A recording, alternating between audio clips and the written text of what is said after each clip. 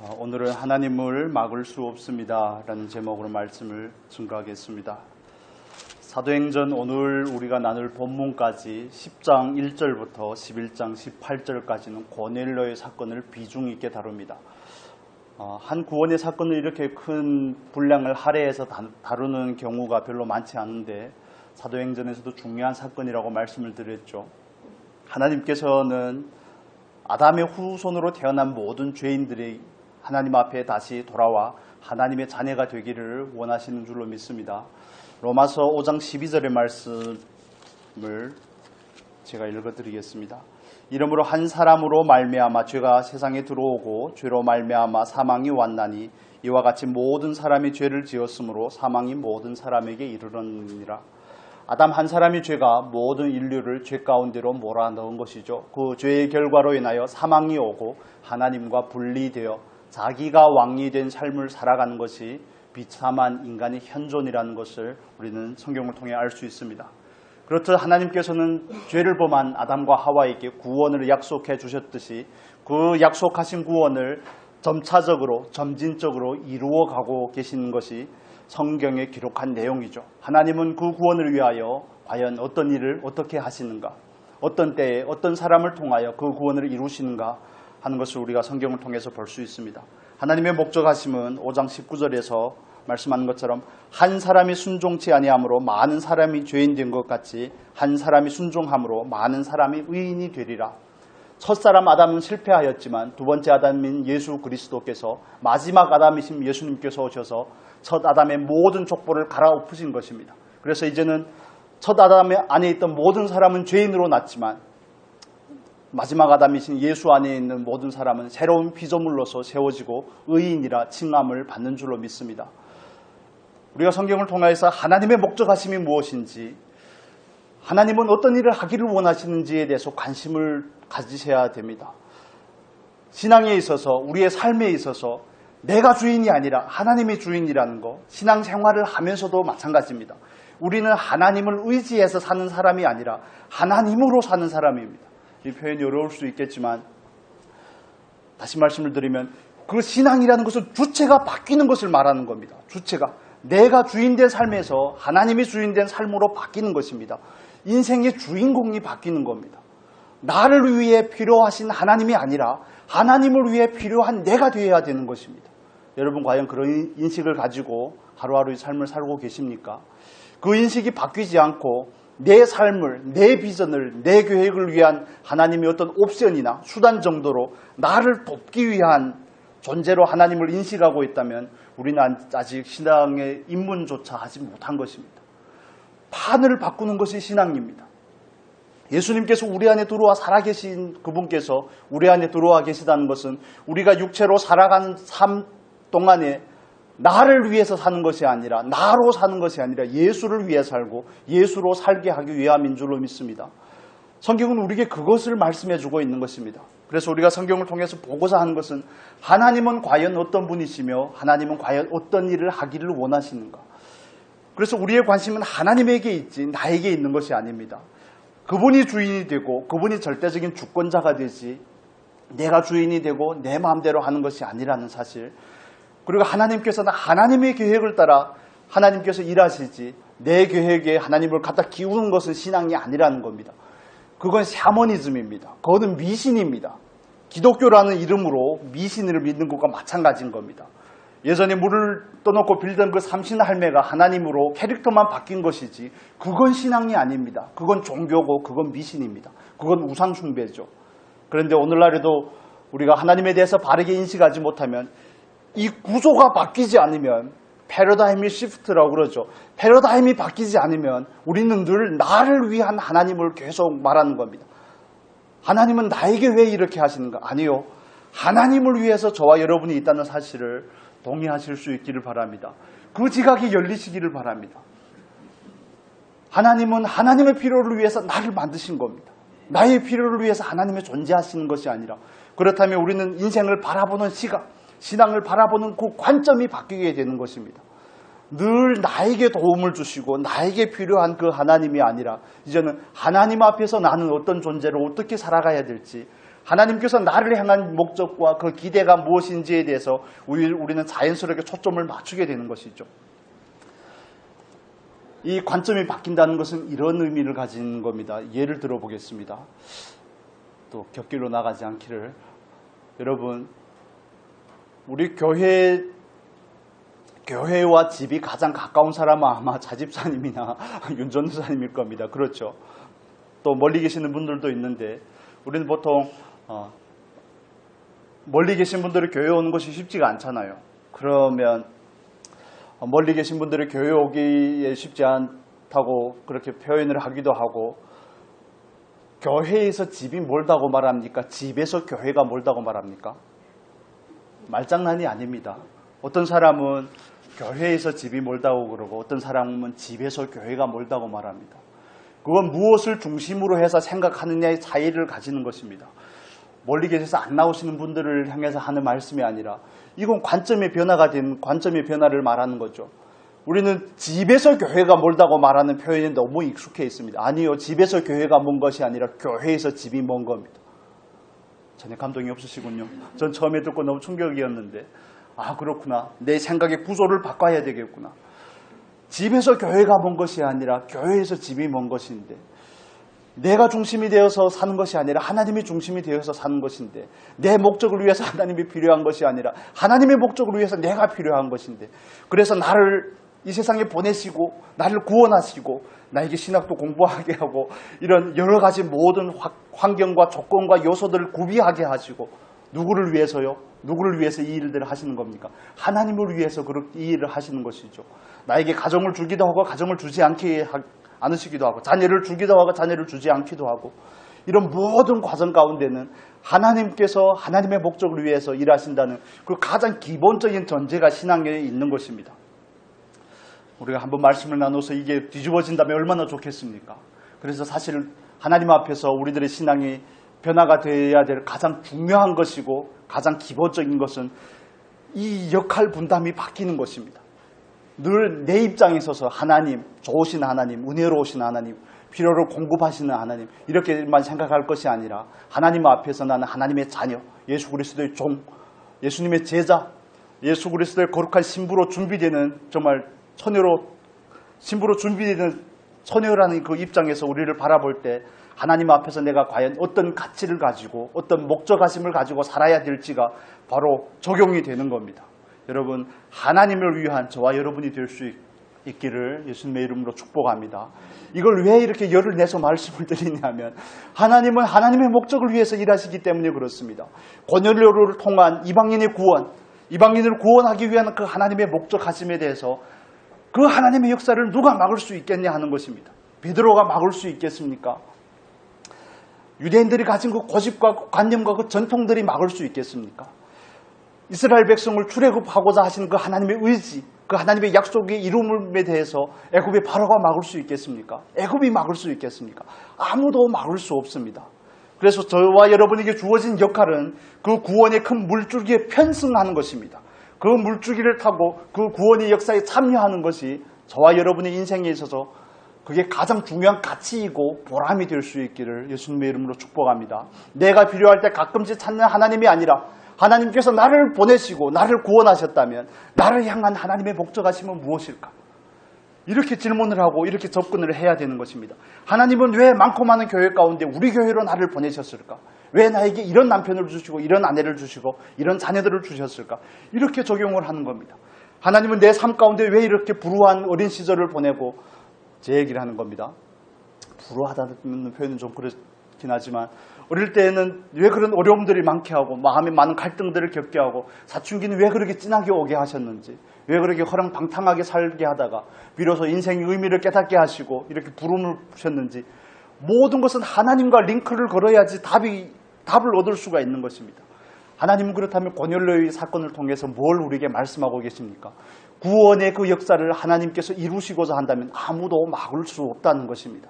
그건 하나님의 계획입니다. 하나님의 목적하심입니다.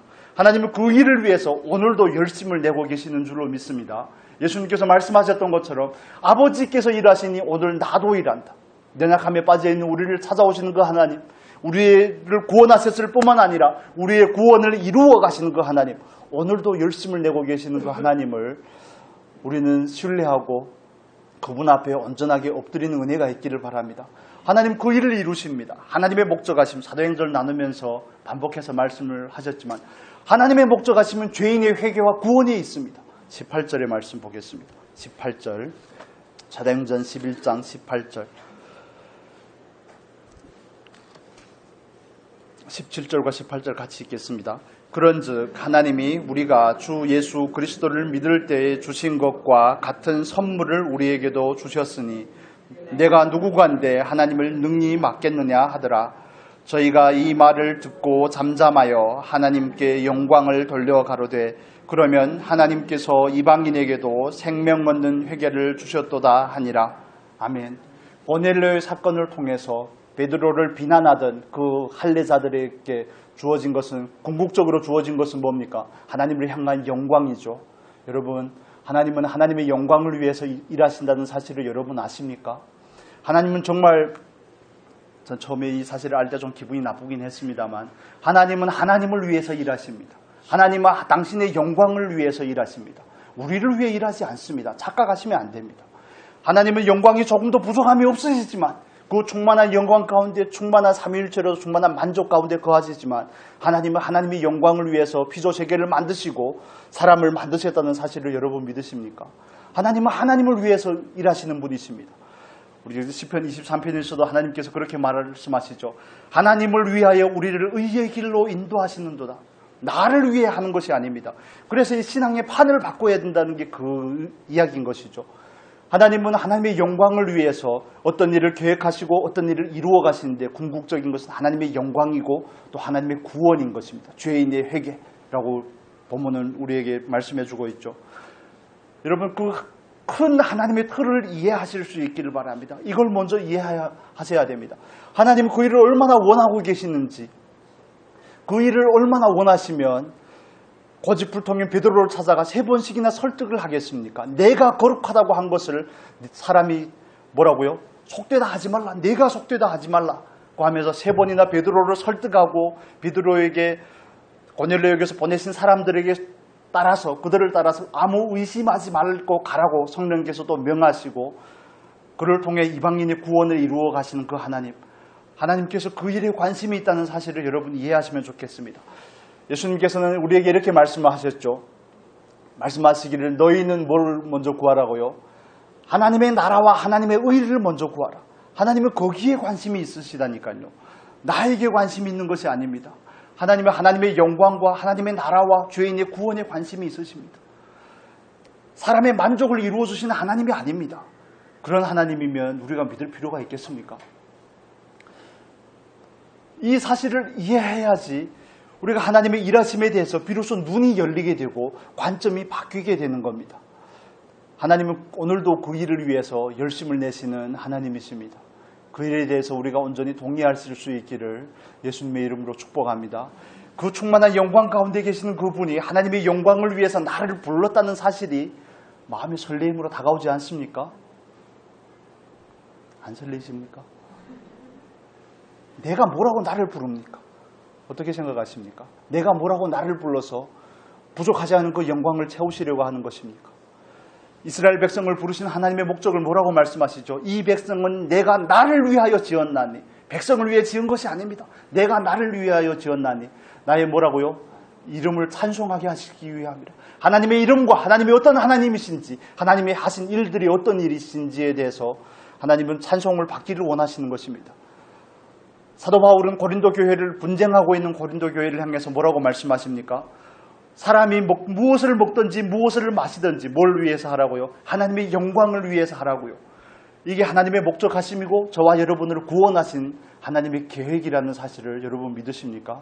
그렇다면 하나님의 목적이 하나님의 영광에 있다면 우리의 목적도 당연히 하나님의 영광에 있어야 되지 않겠습니까? 고린도전서 10장의 말씀을 찾아보겠습니다. 고린도전서 10장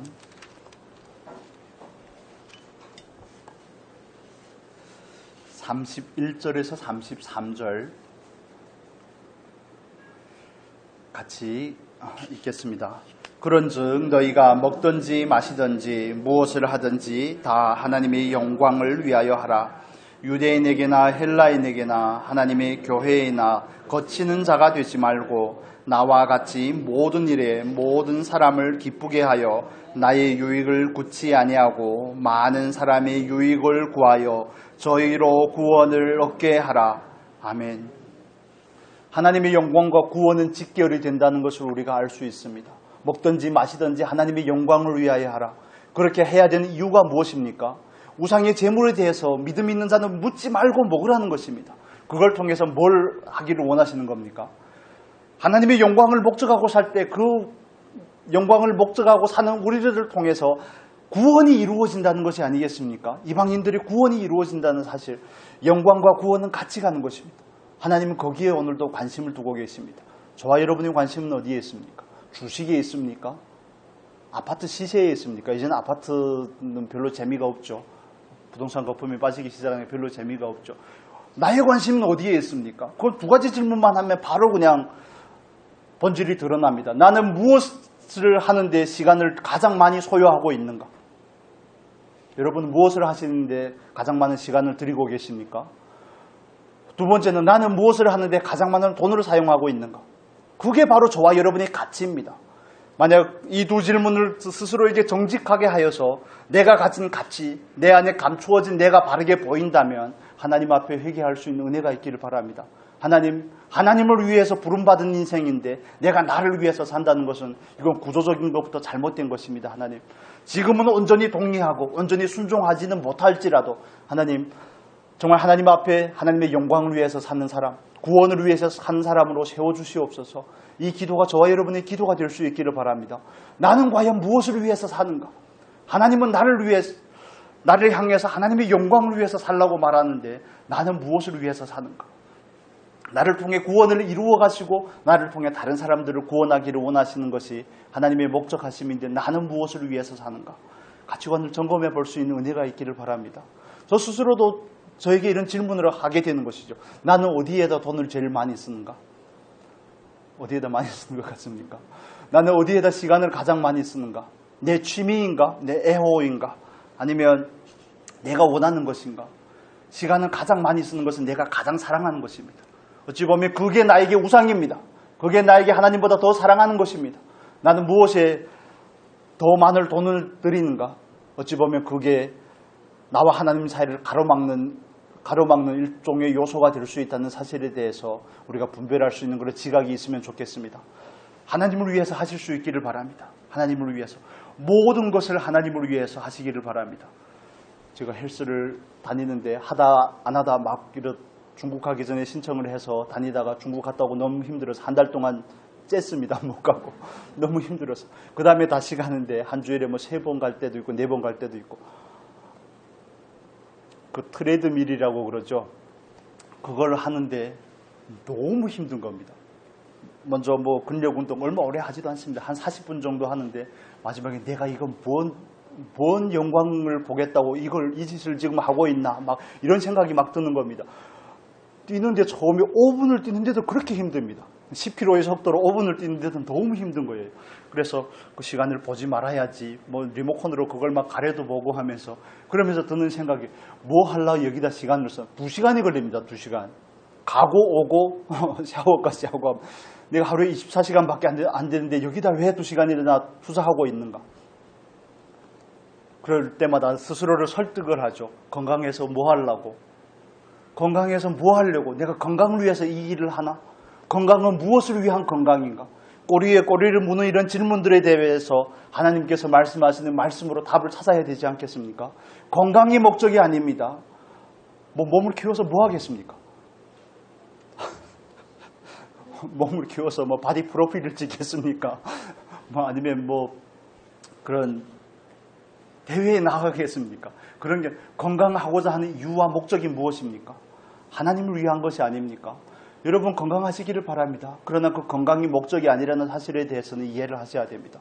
정말 매일 빠지지 않고 운동을 하고 있지만 예를 들어 그 운동하는 것이 건강을 위함이 아닙니다. 하나님의 영광을 위함입니다. 하나님의 영광이라는 이 목적에 모든 것을 연결시키십시오. 직장도 일반적인 삶도, 건강도, 정말 때론 가정을 위한 그 일거리도, 돈을 버는 일도 모든 것을 그 일과 연관을 시켜야 됩니다. 하나님이 없이 하는 모든 성공은 다 가짜입니다. 하나님이 없이 하나님의 영광을 위하지 않는 모든 것들은 결국 화가 됩니다. 하나님이 없이 흥하며 하나님이 없이 망한다는 사실을 여러분 이해하십니까? 사사기를 후에 나누겠지만 사사시대의 백성들이 왜 망합니까? 왕이 없어 망하는 겁니다. 하나님을 왕으로 삼지 않으니까 망하게 되는 것이죠. 그 사실을 우리에게 주제하는 바가 뭡니까? 하나님이 있어야 산다는 것을 우리에게 말해주고 있는 것입니다. 여러분, 하나님의 그 크진 계획과 그 목적하심을 이해하실 수 있기를 바랍니다. 하나님은 하나님의 영광을 위해서 일하십니다. 하나님께서 영광 받으시는 것은 여러 가지가 있지만 죄인이 회개하고 돌아올 때, 죄인에게 생명 얻는 회개를 주실 때 하나님께서 영광을 받으신다는 사실, 우리의 초점은 거기에 있어야 됩니다. 우리도 형편이 어려운데 왜 선교사님들 도와주고 왜 어려운 교회들을 도와줍니까? 뭐 그것을 도와주며 생색을 내는 것이 아니라 왜 그 일을 해야 되냐 그 말입니다. 뭔 아무 연고도 없는데 왜 그 일을 합니까? 연고에서 나는 것이 아니라 하나님의 명령이기 때문에 하는 것이죠. 여러분 어떻게 이해하십니까? 그래서 저와 여러분의 모든 초점을 거기에다 맞추실 수 있기를 예수님의 이름으로 축복합니다. 하나님 내 가치를 변화시켜 주시옵소서.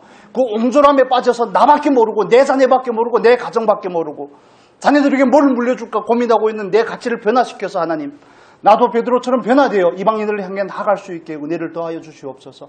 나는 어떻게 참여하면 좋겠습니까? 하나님, 직접 갈까요? 아니면 무엇을 어떻게 참여할까요? 여기에 초점을 가져야지 하나님께서 우리의 인생도 풀어주지 않겠습니까? 먼저 하나님의 나라와 하나님의 의를 구할 때 우리에게 더해 주신다는 하나님. 그런데 우리는 거꾸로 자꾸 구하죠. 하나님, 이걸 해주시면 내가 선교를 하겠습니다. 이걸 해주시면 교회에다 헌금을 하겠습니다. 그거 다 거짓말이라니까요. 스스로에게 속지 않으셔야 됩니다. 그건 다 가짜입니다. 하나님 앞에서. 나에게 주신 그 믿음과 분량을 따라 내가 지금 어떻게 참여할지를 고민하시기를 바랍니다. 최근에는 기도하는 제목이 있습니다. 유그르족들이 자꾸 눈에 밟히고 그들이 당하는 고통과 아픔들이 자꾸 소식이 전해지니까 그들에게도 어떻게 나아갔으면 좋겠는데, 중국에서 치안이 가장 삼엄한 동네가 그 동네입니다. 보통 북경이나 그런 도시들에 가면, 북경만 그렇습니다. 지하철을 타면 공황 수색대를 검사하는 것처럼 그렇게 검사를 해야 됩니다. 지하철을 탈 때도 그렇게 검사하는데, 위구르족들이 사는 그 신강이라는 그 지역에 가면 시장에 예를 들어서 웃장에 채소 사러 갔다, 국밥 먹으러 갔다, 그러면 바로 이렇게 전신 검사를 해야 되는 겁니다. 그 위구르족들을 통제하기 위해서. 그런데 그런 과정 가운데 있는 정치범들을 수용소를 만들어 가두고 있고, 중국에서 물론 부인하고 있지만, 그런 시각들, 그런 것들을 보면서 어떻게 그들에게 또 나아갈까? 정말 태생부터 이슬람인 그들도 어떻게 회개하고 하나님 앞에 돌아오게 할까? 티벳을 향해서도 또 마음이 짠하죠. 어떻게 그 태생적으로 불교를 믿고 라마교에 정말 찌들어 있는 그들이 어떻게 예수께로 돌아올까? 그래서 그 사역을 직접 뛰지 못하니까, 직접 가지 못하니까 그 사역을 하는 사람들을 찾아서 조금이라도 돕고자 하는 것이죠. 그 일환으로 또 우리가 북한을 위해서 하는 일들도, 모든 일들도 그렇습니다. 그분들과 뭔 연고가 있겠습니까? 여러분 이해하시기를 바랍니다. 그리스도인은 어떤 연고 때문에 사는 사람이 아닙니다. 그리스도인은 학인이나 지연을 통해서 사는 사람이 아니라 하나님의 말씀을 따라 사는 사람인 줄로 믿습니다. 하나님께서 특정한 지역에 나를 살게 한다면 그 지역에 나를 보내신 하나님의 목적이 무엇인지를 먼저 물어야 되는 것입니다. 친척이 있든 없든, 연고가 있든 연고가 없든, 하나님께서 있으라고 하면 있는 것이고, 하나님께서 연고가 있다고 할지라도 옮기라고 하면 옮기는 것이 아니겠습니까? 그게 그리스도인이 가져야 될 마음의 자세인 것입니다. 우리는 이런 것을 뛰어넘는 연습을 해야 되는 것이죠. 이런 것을 뛰어넘는 연습. 하나님의 관심이 어디에 있는지 그 관심에 저와 여러분의 마음이 있기를 원합니다. 우리들의 그 가치가 좀 변화가 되면 좋겠습니다. 여러분이 변화되지 않았다는 것이 아니라 틀을 좀 넓히시기를 바랍니다. 틀을 좀 넓히시고 마음을 좀 여시고 나아갈 수 있기를 바랍니다. 늘 폐쇄적이고 자기만 아는 그런 사고에 묶여 있으면 안 됩니다. 물론 영적인 성장과 성숙을 필요로 하는 부분이긴 하지만, 그러나 우리는 하나님의 말씀 앞에 있어서 열방을 향해서 마음을 열 수 있는 저와 여러분이 될 수 있기를 바랍니다. 제가 아직도 너무 변화될 것이 너무 많다 보니 17년도부터 정말 전혀 연고 없는 그 서주라는 그 지역에 가서 신학교를 시작하게 되었는데, 뭐 어떻게 우연히 알게 되고 우연히 조금씩 가정교회 하면서 후원하던 그 목사님을 여자 목사님이 그쪽에 계셔서 가서 거기 사역을 하게 되었는데 거기서 사역을 하려고 하니까 중국에 계신 목회자들만 가서 설교를 하고 이런 것들은 가르치고 안 되는 어려움이 많이 있는 겁니다. 그래서 한국의 목회자들하고 함께 하는데 그래도 어떤 분들하고 그 사역을 같이 하자고 하는데 어떤 목사님들이 하는 얘기가 그때 마침 사드 사건이 생겼을 때입니다. 상주에 사드를 배치하지 않았습니까? 그래서 중국하고 사이가 안 좋아지고 중국에서는 협박을 하고 롯데마트가 중국에서 엄청 잘 나갔거든요. 그래서 거기에 뭐 소방, 검역 이런 것들 검역을 하면 결국에 중국에서 철수하게 되고 이런 사건들. 그러니까 나라 사이에 그런 문제들이 있는 거죠. 그래서 그 중국 사역을 하고자 어떤 목사님들한테 초청을 하니 그 목사님들이 하시는 얘기가 사드 때문에 중국하고 관계도 안 좋은데 뭐 그 일을 해야 되겠냐고 그런 얘기를 하셔가지고 제가 덜 성화되어서 그렇습니다. 솔직히 좀 빡치더라고요. 하나님께서 하라고 하면 하는 것이지 나라 관계 때문에 그걸 못하고 그러면 일본에 가면 안 됩니다. 여러분. 일본에 선교사를 파송하면 안 되는 것이 아니겠습니까? 6.25를 치렀던 북한에 대해서 관심을 가지면 안 되는 것이죠. 그렇게 생각을 하면. 여러분 우리는 모든 상식을 뛰어넘어서 하나님의 말씀 앞에 엎드려야 되는 것입니다. 이건 지상명령입니다. 내가 원하든 원하지 않든 하나님께서 말씀하셨을 뿐만 아니라 하나님께서는 이 목적을 위해서 오늘도 일하고 계신다는 사실. 내가 관심이 없을 수 있죠. 저와 여러분이 그 일에 대해서 관심이 없을 수 있겠지만 우리가 그 일에 관심을 두지 아니하면 하나님 앞에 갔을 때 우리는 어찌 보면 벌거벗은 수치스러운 모습으로 설 수 있다는 사실에 대해서 경계를 가지셔야 되는 것입니다. 우리 각자가 구원을 받는 것 정말 놀라운 축복이고 은혜가 맞습니다. 그렇지만 하나님은 기어이 베드로의 그 고정적인 그 가치를 변화시켜서 그를 구원의 역사 가운데로 초대하시는 그 하나님의 역사를 저와 여러분도 깊이 맛보면 좋겠습니다. 유대인들에게 있어서 베드로에게 있어서 이방인의 구원을 받아들이기가 너무 힘든 부분이 있다면 그들이 가진 고정관념과 전통이었다면 그들이 가진 생각들은 이런 생각입니다. 이방인들은 개와 같다. 이방인들이 유대교로 개종하기 위해서는 반드시 할례를 받아야 된다. 그러면 개종할 수는 있습니다. 그리고 베드로를 비난하던 그 사람들이 했던 표현처럼 유대교를 믿었다면 이제는 유대교를 믿고 예수를 믿기 위해서는 반드시 또 할례를 받아야 된다. 그런 말도 안 되는 그런 고정된 틀에 갇혀있던 그들을 그러나 예수님은 그 일을 하나님께서는 그들의 틀을 깨고서라도 하나님의 일을 하기를 원하신다는 겁니다. 저와 여러분 안에는 어떤 틀이 있습니까? 우리 안에 있는 어떤 틀이 하나님의 구원의 사역을 방해하고 있습니까? 그 틀이 혹시 내가 가진 옹졸함이 아닙니까? 혹시 내가 가진 편견이 아닙니까? 상식과는 전혀 하나님의 말씀과도 전혀 위배되는 것들이 아닙니까? 우리는 이런 근본적인 질문들을 가져야 되는 것입니다. 사도행전에 와서 다시 한번 보겠습니다. 추우신가요? 사도행전 11장 와서 보겠습니다. 11장 3절에서 4절, 1절에서 4절까지 다시 한번 읽겠습니다.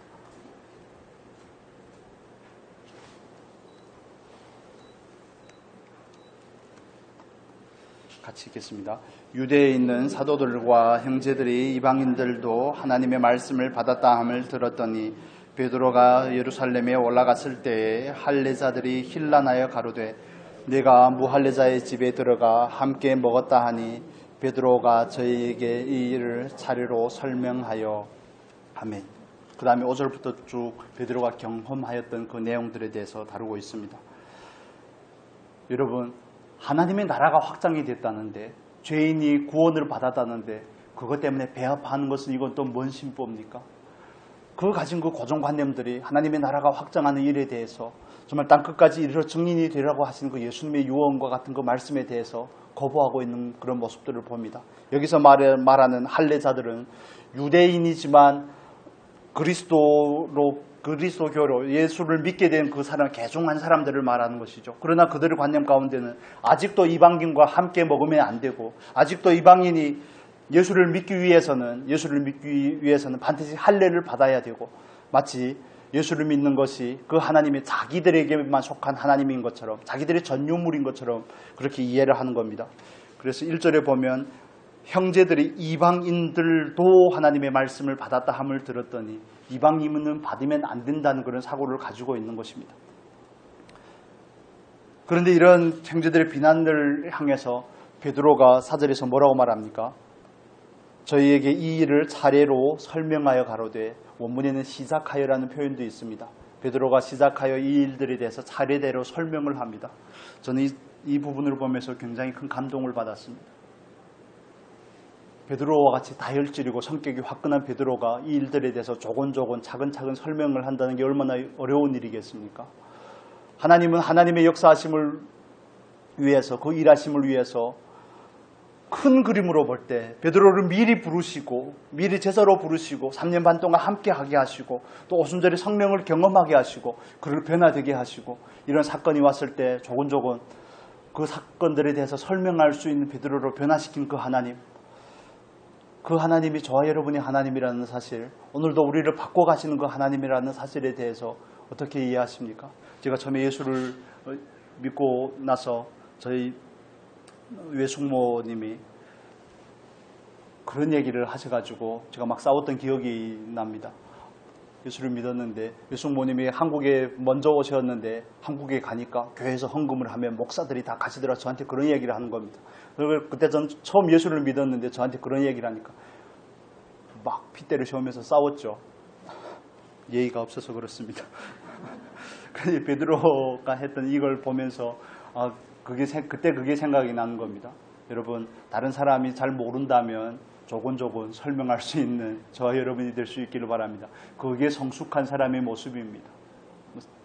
우리가 주장하는 그 신앙과 그 믿음과 좀 다르다고 반대하는 사람에 대해서 설득할 수 있는 그 은혜, 정말 온유하고 겸손한 모습으로 나아갈 수 있는 그 은혜가 저와 여러분에게 있으면 좋겠습니다. 그게 성령을 경험한 베드로의 모습이고, 성령을 경험한 저와 여러분의 모습이 되어야 되는 것입니다. 하나님께서는 그 구원의 역사를 위해서 이방인을 구원하시기도 하지만 베드로를 먼저 바꿔가고 있다는 사실, 두 가지는 늘 병행선을 이루어서 함께 나아가는 거죠. 이방인을 위한 구원을 위해서 쓰고자 하는 그 베드로를 변화시키고자 하시는 그 하나님, 저와 여러분에게도 하나님은 그 일을 하고 계시는 것입니다. 여러분, 그 일에 대해서 온전히 순종할 수 있는 은혜가 있기를 바랍니다. 근데 하나님이 반복적으로 설득해도 설득되지 않는 그 베드로의 모습이 저와 여러분의 모습입니다. 내가 가지고 고집과 아집은 절대 깨어지지 않습니다. 문득 저희 이미 돌아가신 우리 큰 이모 생각이 났습니다. 저희 사촌 동생인데 저보다 3살이 적습니다. 그러면 이제 4살이 적네요. 42살이 됐잖아요. 한국 나이로. 근데 아직 결혼을 안 했습니다. 진작에 결혼을 할 수 있었는데 저희 이모님이 가지고 계시는 생각, 한족하고 결혼하면 안 된다. 중국 사람하고 결혼하면 안 된다는 거죠. 그것 때문에 아들이 혼사를 막더니 아직도 결혼을 안 하고 있습니다. 예를 들면 이런 겁니다. 어떤 사람은 절대 안 돼. 어떤 민족은 절대 안 돼. 어떤 식으로 신앙생활하는 거 절대 안 돼. 이런 절대적인 기준들이 우리 안에 너무 많다는 사실을 여러분 이해하십니까? 그런데 그 기준이 하나님의 구원의 역사를 막지 않았으면 좋겠습니다. 하나님은 어찌 보면 그런 것들을 깨뜨리기 위해서 우리에게 일하고 있는 것은 아닌지 하는 그런 생각이 듭니다. 여러분, 하나님 앞에서 온전히 변화되고 깨어지는 저와 여러분이 될 수 있기를 바랍니다. 하나님은 하나님께서 계획하시는 그 일을 반드시 이루시는 하나님입니다. 그래서 그 일을 구체적으로 적용시키시는 분이 성령의 일하심이죠. 성령이십니다. 성령께서 일하심입니다. 하나님은 고넬료와 그 가정을 구원하기를 원하셨습니다. 이건 하나님의 작정하심이죠. 하나님께서 먼저 작정하시고 그들을 구원하기 위해서 환상 가운데 고넬료에게 나타나 베드로에게 사람을 보내라고 하고, 베드로의 기도 가운데 나타나 고넬료가 보낸 사람들과 함께 가라고 하십니다. 계시를 먼저 주신 것이죠. 그 계시를 주고 나서 보고 말씀을 드리겠습니다. 계시를 주고 나서 하나님께서는 또 어떤 일들을 하십니까? 그런데 베드로를 거기에 보냈을 때 이미 고넬료의 온 가족과 친척들을 이미 거기다 준비해 두고 있습니다. 하나님은 구원받을 사람들을 이미 모아두고 있다는 사실을 여러분 이해하십니까? 노방전도 같은 거 해보면 깜짝깜짝 놀라는 부분들이 그런 겁니다. 전도를 해보면 그걸 경험할 수가 있는데, 저도 많지는 않지만 가끔씩 경험을 해보면 하나님께서 구원받을 사람들을 이미 준비해두고 계신다는 사실이 정말 놀라운 것입니다.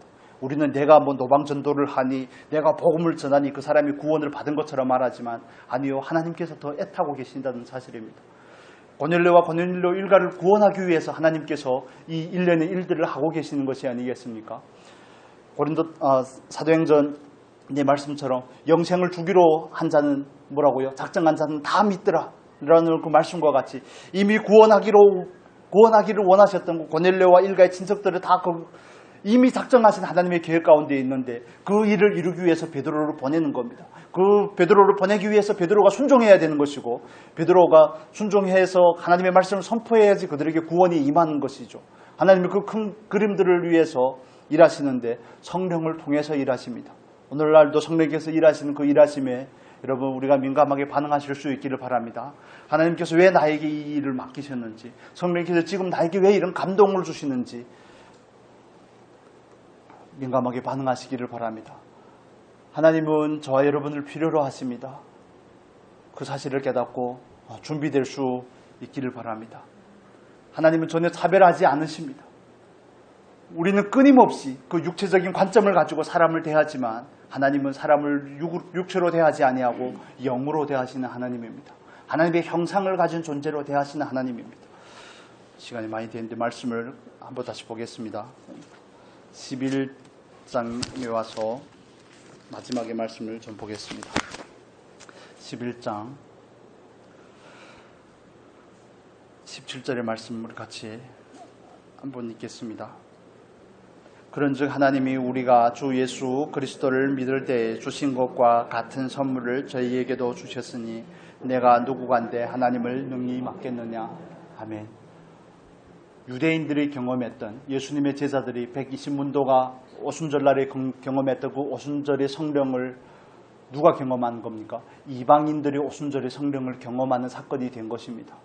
이방인의 그 물꼬를 트기 위해서 하나님은 일하신 것이고 그 일하심 가운데 베드로를 향한 계시가 있고 고넬료를 향한 계시가 있고 베드로를 향한 설득이 있고 베드로의 순종이 있고 그 일들을 통해서 하나님은 일련의 일들을 이루어 가십니다. 하나님의 그 역사하심은 절대적인 하나님의 주권 가운데서 이루어진다는 사실을 여러분 믿으시기를 바랍니다. 그리고 성령께서는 오늘도 그 일을 이루고 계십니다. 그래서 우리가 정말 성령 앞에 민감하게 반응할 수 있는, 깨어 있을 수 있는 저와 여러분이 될 수 있기를 바랍니다. 어떻게 하면 성령에 민감한 사람이 될까요? 나를 내세우지 않으셔야 됩니다. 먼저 나를 내세우지 않고 하나님께서 하시는 말씀을 듣고서 하시기를 바랍니다.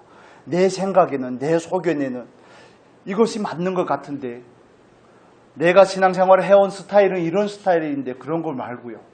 하나님께서 지금 뭐라고 하시는지 현재적으로 말씀하시는 그 성령의 음성을 들을 수 있는 우리가 되면 좋겠습니다. 저는 이 고넬료의 사건을 보면서 정말 부러웠던 게 있습니다. 어떻게 이렇게 성령과 자유롭게 교제할 수 있을까? 성령께서 말하면 바로 알아듣고 성령과 이렇게 자유롭게 교제가 될 수 있을까? 나도 그 똑같은 성령을 내 안에 그 성령이 내 안에 들어와 계시는데 난 왜 성령의 그 말하심에 대해서 때론 그냥 무시하기도 하고 그 감동하심에 대해서 전혀 감동받지 못할 때도 있고 완고불화라 그러죠.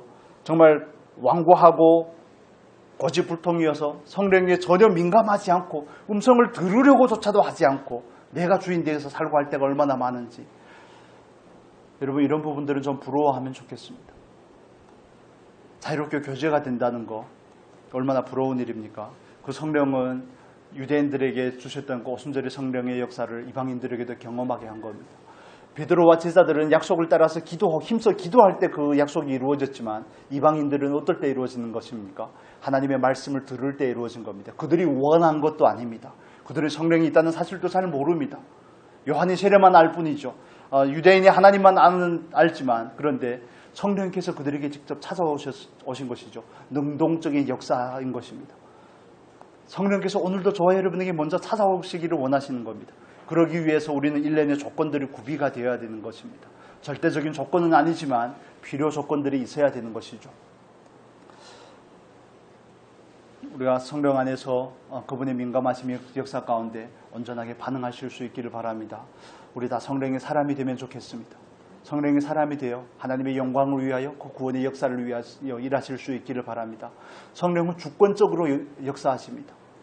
이런 부분에 대해서 너무 우리가 가진 그런 폐쇄적인 생각들이 있을 수 있습니다. 마지막으로 이 간증만 드리고 마치겠습니다. 저는 이런 전통적인 사고가 있었습니다. 기도를 세게 해야지 주여 삼창을 하고 기도를 한다든지 통성 기도를 해야 된다든지 이렇게 해야만이 외적인 성령의 역사들을 경험할 수 있는 줄로만 알았습니다. 어찌 보면 제가 했던 그 경험이 그런 거였기 때문에 거기에 갇혀 있었던 것 같습니다. 그런데 한 번은 북경에서 사역을 할 때인데 북경 남쪽에 있는 그 지역에 어느 자매 집에 가서 창세기를 함께 나누었던 것 같습니다. 성경 공부를 하고 같이 말씀을 나누는데 몇 사람이 같이 있었습니다. 그런데 우리는 여기 그 거실에서 같이 공부하고 있고, 그런데 그 자매님 손주가 그때 한 중학교 2학년 정도 됐는데 우리는 여기서 열심히 말씀을 공부하고 있는데 손주는 그 거실 한쪽 편에서 컴퓨터로 게임을 하고 있는 겁니다. 제가 할머니였더라면 손주를 당장 닦아 세워서 방에 들어가라고 그랬을 텐데 중국 분들이 이런 걸 잘 못하시는 겁니다. 그래서 제가 또 걔를 그렇게 할 수가 없잖아요. 남의 손주, 귀한 손주를 제가 어떻게. 그래서 처음에 시작할 때보다 마음이 좀 불편하죠. 그런 걸 제가 받아들일 수 있는 아량이 되지 않기 때문에 뭔가 좀 껄끄름한 그런 게, 아이고 그래 뭐 그런가 보다 뭐 그러면서 말씀을 나누고 또 기도를 하고. 그런데 그 중에 젊은 자매가 있었는데 너무 힘들어하는 자매였습니다. 꿈에 자꾸 이상한 것들을 보고 해서 그 자매를 위해서 기도를 해줘야 되는 입장이고 우리 함께 기도를 해야 되는데 막 게임을 하는데 소리도 또 막 들리잖아요. 근데 말씀은 나누고 있고 더 같이 기도를 해야 되는데 집중이 잘 안 되고 그러는 겁니다. 그래서 그러는 와중에 뭐 할 만큼만 하지 내가 뭐 어떻게 할 수 있겠냐 싶어가지고 다 끝나고 나서 같이 기도를 했습니다. 우리 그러면 그 힘들어하는 그 자매를 위해서 우리 같이 기도하면 좋겠다고 같이 기도를 하는데 정말 놀라운 일들을 경험하게 된 거죠. 한쪽에서는 재밌게 게임을 하고 있고 여기서는 분위기가 어수선하고 막 그런데 같이 기도를 하는데 자매가 갑자기 막 회개를 하고 뭐 우리가 뭐 안수하고 그런 것도 아닌데 갑자기 방언을 받고 막 기도하고 회개하고 콧물에 눈물에 범벅이 되고 막 그러는 겁니다. 그래서 제가 깜짝 놀랐죠. 하나님 좀 저를 통해서 하시지 뭐 이런 생각. 저를 통해서 하시지 우리가 뭐 기도 삼청 주여 막 이런 것도 안 했는데 그걸 하시니까 너무 놀란 겁니다. 저도 놀라고 다른 사람들도 놀라고. 야, 사람이 정말 너무 이기적이고 너무 깔보고 너무 자기를 내세우는구나. 그때 그 순간 그 자매가 그 묶임에서 노임을 받았다는 사실이 감사한 것도 뒷전으로 하고, 하나님 이왕이면 이렇게 가면 얼마나 좋습니까? 이렇게 통과해서 가면 얼마나 좋습니까? 그런 생각들. 정말 못돼 처먹었구나. 저 스스로를 보면서. 그때도 그 영광에 살짝 자기가 편승하려고 하는 그 모습. 그런데 하나님은 주권적으로 일하시는 하나님이시죠. 하나님께서 얼마나 사랑하시면 그러겠습니까? 고통 가운데 있고 기도를 하고자 하는데 기도가 되지 않고 늘 꿈에는 자꾸 이상한 것들이 보이고, 그런데 그 한 영혼을 살리기 위해서 그런 일들을 하신 것이 아니겠습니까? 그러고 나서 확연히 좋아졌습니다. 꿈에 이상한 것들이 잘 오지 않고 방언을 통해서 하나님과 직접 기도하고 그러니까 영력이 생기지 않겠습니까? 그러니까 이런 것들이 조금씩 극복이 되는 겁니다. 극복이 되고, 그러면서 하나님 정말 놀라우신 하나님이십니다. 그런데 좀 일말의 서운함이 있었던 것도 빨리 싹 털어버리고 그렇습니다. 때로는 우리가 그분들을 가두고자 하는데 그렇지 않습니다. 좀 많이 열어놓으시고 그분이 자유롭게 일하실 수 있도록 우리가 좀 빈자리를 많이 내어드릴 수 있기를 예수님의 이름으로 축복합니다. 우리 이 시간 같이 기도하면 좋겠습니다.